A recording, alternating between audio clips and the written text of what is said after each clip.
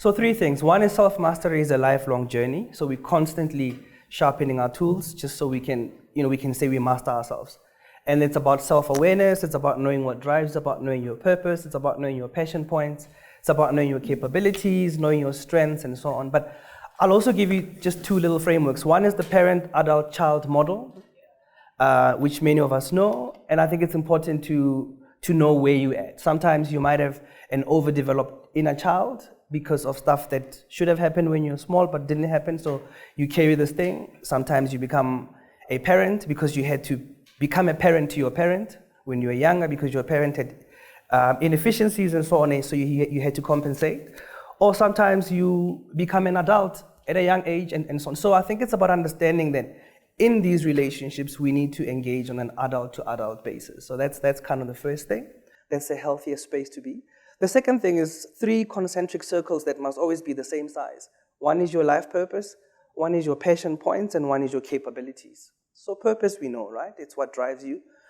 Your passion points are the things you love. Those are your strengths in life. We've been taught that strengths and weaknesses, things you're good at and things you're bad at. No, weaknesses are not things you're bad at.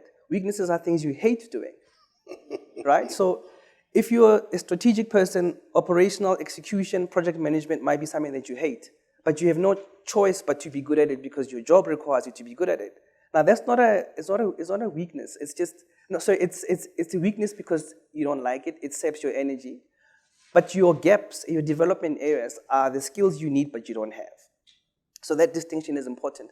But when we speak about your purpose and your passion points and your capabilities being aligned, that's where you find equilibrium or symmetry.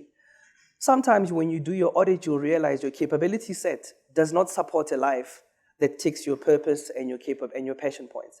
The things you love to do because they're in service of your purpose will only materialize if you've got the capabilities to do that, If you want to be a medical doctor because you love to serve people, you want to heal people, you believe you've got healing powers, and you're passionate about that, and you love it, and you go and study it, right? And you become a GP. But actually what it is that you want to do is you want to be a cardiologist. Your capability set does not have a master's degree in cardiology. It's called MBCHB.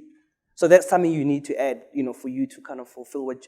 So it's about understanding these circles and saying, are they the same size? And very often when people come and do executive education, it's because either the passion point is something that they do as a hobby, but not as their mainstream source of income, and they want to pivot and make that mainstream.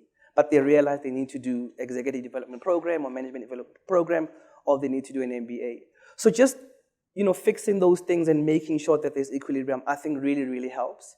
And without understanding that life purpose, you will stand for nothing. You'll go after every opportunity instead of picking your battles, instead of aligning, your passion, your purpose, your capabilities in a way that serves you.